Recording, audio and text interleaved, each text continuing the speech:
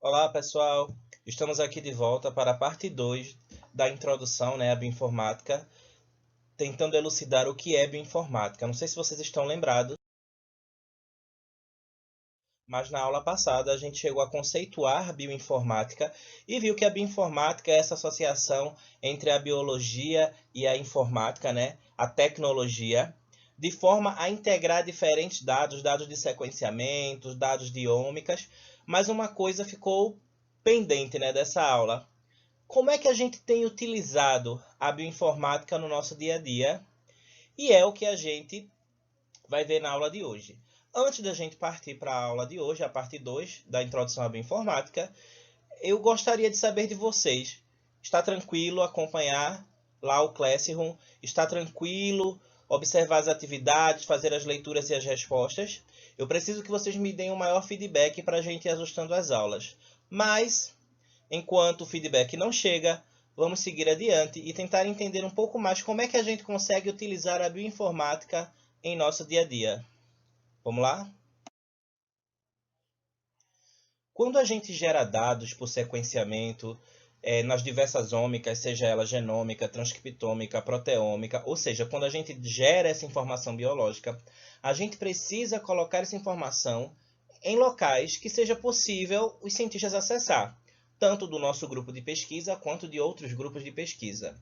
Neste sentido, nós temos os bancos de dados, que são grandes repositórios acessados via internet, muitas vezes, em que lá você vai encontrar todas as sequências de diversos programas de sequenciamento de genoma, de transcriptoma, de proteoma, certo?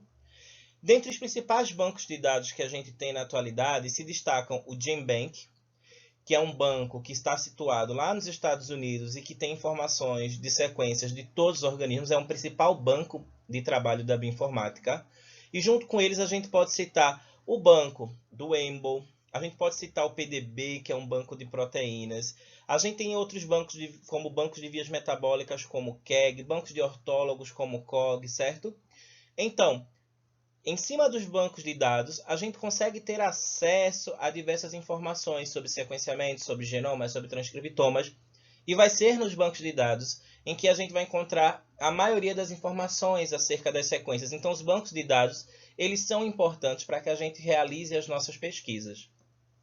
Pensando num cenário de bioinformática voltada para plantas, que é o que eu tenho trabalhado nos últimos anos, a gente tem alguns bancos especializados, como o PlantGDB, o Phytosome, o PGDB, o Planex, que são bancos de dados de sequências, mas exclusivos para organismos vegetais.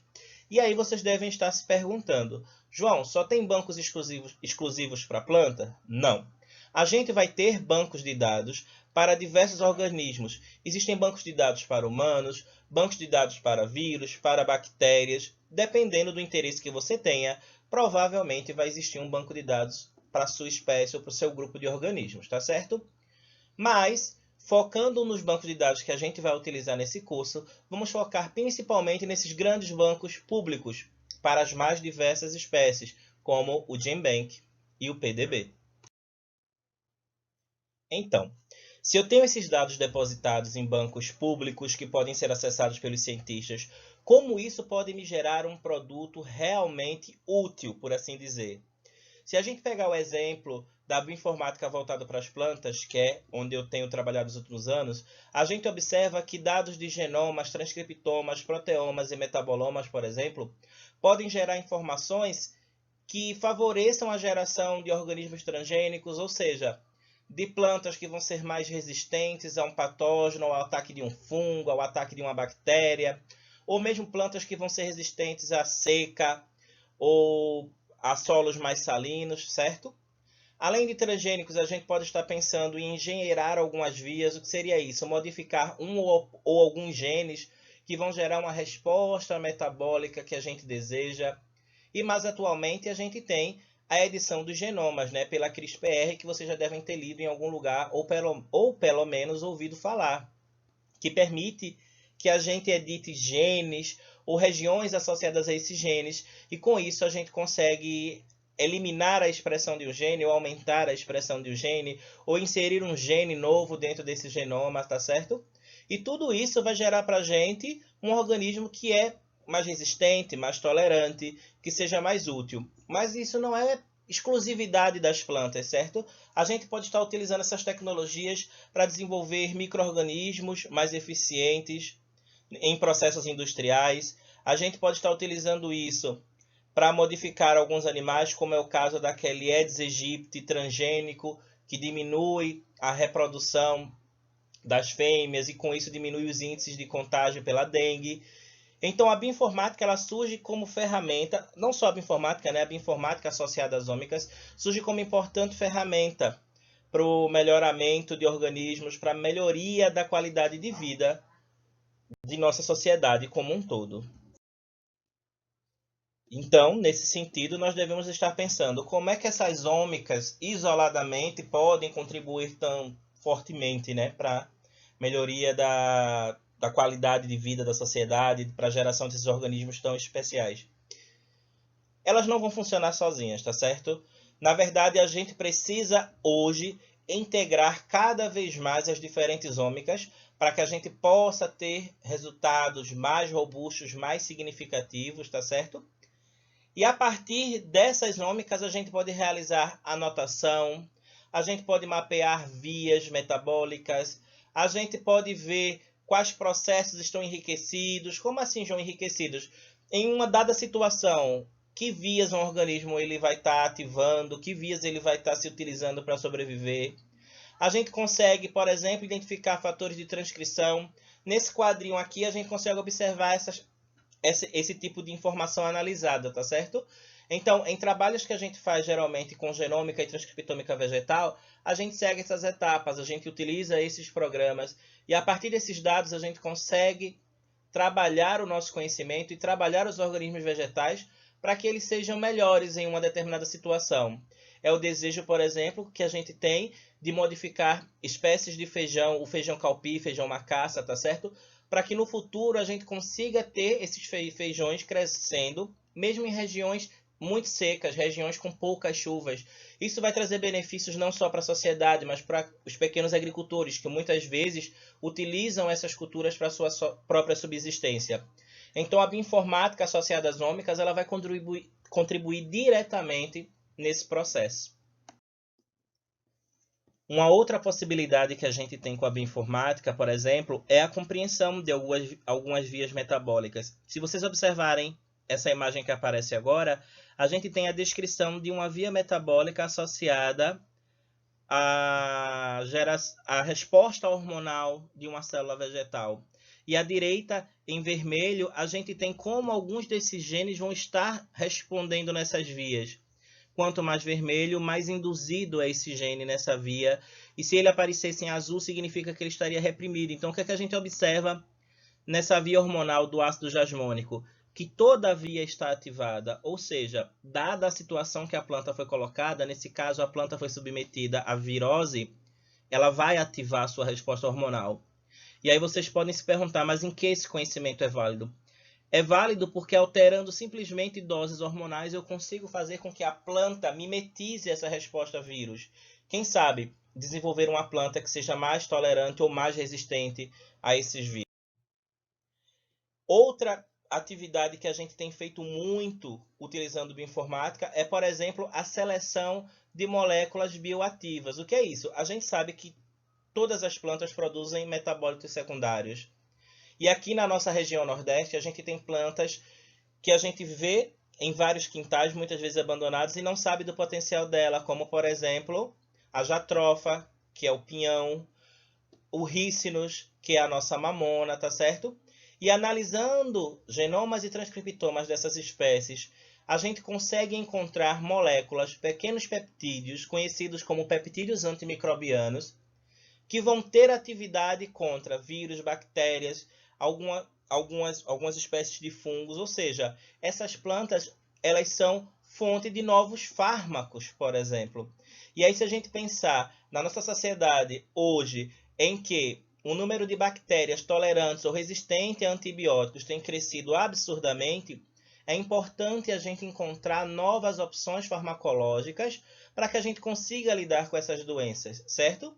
E doenças que até hoje não têm cura, como HIV, por exemplo. Quem sabe a gente não encontra uma molécula que de repente seja letal ao HIV e consiga ser uma nova terapia, consiga ser uma opção terapêutica para o tratamento do HIV. Então a bioinformática, essa prospecção por bioinformática, nos ajuda a encontrar essas moléculas por simulações, tá certo? Essas simulações vão colocar as moléculas que a gente encontra, a exemplo dessa molécula que eu estou apresentando aqui para vocês, da mandioca. Essas simulações elas permitem com que eu entenda a estrutura tridimensional dessa molécula. As simulações de bioinformática permitem que eu simule como é que esta molécula vai se comportar frente a um vírus, frente a um patógeno, no ambiente celular. E de posse das informações tridimensionais ou de atividade simulada dessa molécula, eu consigo selecionar quem possivelmente vai ter melhor ou pior resposta frente a um patógeno. Então, nesse ponto, vocês imaginem que a bioinformática atua como uma importante peneira. Então, de 5.000, 6.000, 10.000 moléculas que eu tenho no meu banco de dados, por bioinformática, eu consigo selecionar aquela uma ou aquelas 3 ou 4 que terão melhor atividade.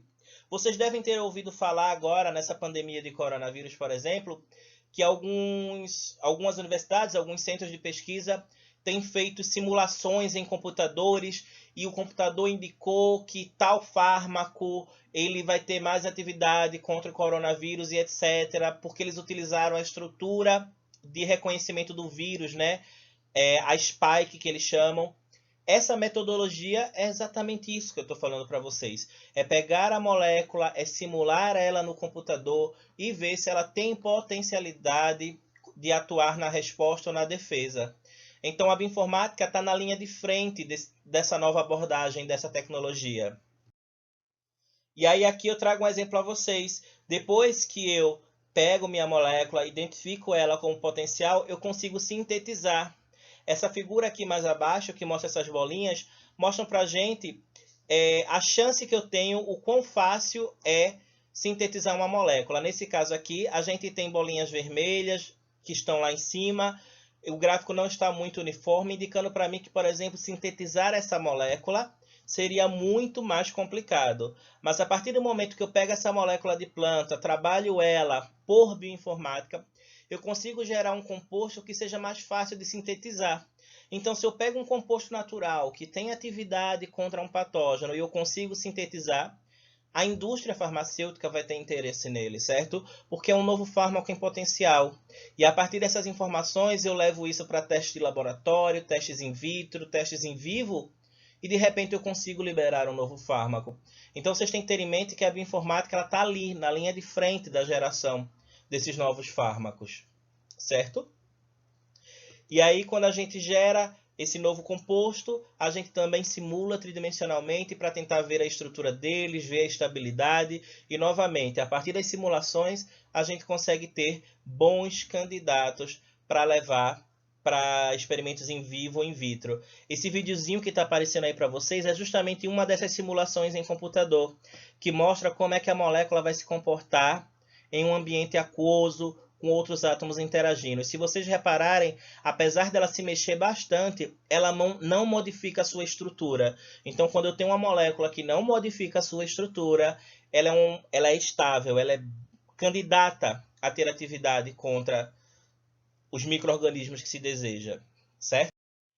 E aí a gente faz todos os testes, todas as dinâmicas para tentar entender que regiões da molécula se mexem mais, se mexem menos. Se vocês observarem essas três figuras, vocês observam que elas basicamente são majoritariamente azul, significa que elas mexem pouco. As regiões que mexem mais são essas regiões vermelhas, que correspondem ao final da cauda. Ou seja, são moléculas estáveis. Essas moléculas estáveis, por exemplo, já foram levadas para ser testadas contra alguns desses organismos. Então, se vocês repararem, na lista de organismos estão micro-organismos resistentes a diversos antibióticos. E essa molécula aqui que a gente tá chamando, que é uma defensina, ou seja, um peptídeo antimicrobiano vegetal, ela tem atividade contra todos esses micro-organismos, indicando que ela é sim um potencial fármaco. Chegamos ao final da parte 2. ela é mais explicativa do que a primeira, no sentido que a gente consegue observar como é que essas moléculas, como é que a bioinformática ajuda a identificar essas sequências de genes, de transcritos, de proteína e como a gente pode utilizar isso. Aqui eu trouxe um exemplo em plantas, que é a minha rotina do dia a dia, mas tudo o que foi feito aqui pode ser transferido para outros organismos. Por exemplo, a defensina que eu apresentei para vocês aqui, isolada em plantas, existem homólogos a ela, isolados em golfinhos, isolados em artrópodes, isolados em outros organismos, tá certo?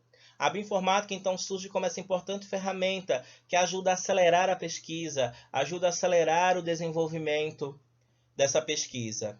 Então, tomem a bioinformática como uma importante ferramenta para que a gente consiga aprimorar os conhecimentos acerca de genes, transcritos, proteínas, como uma importante ferramenta para acelerar o desenvolvimento da pesquisa e com um grande impacto na saúde humana. Mais uma vez, me coloco à disposição para tirar dúvida de vocês. Me procurem lá no Classroom. Vocês também têm acesso ao meu número de telefone via WhatsApp. Podem mandar mensagem para mim. Só não fiquem com dúvidas, tá certo? Esta semana a gente vai entrar numa abordagem mais prática do nosso curso de extensão. E qualquer coisa eu estou à disposição. Um abraço para todos e até a próxima aula.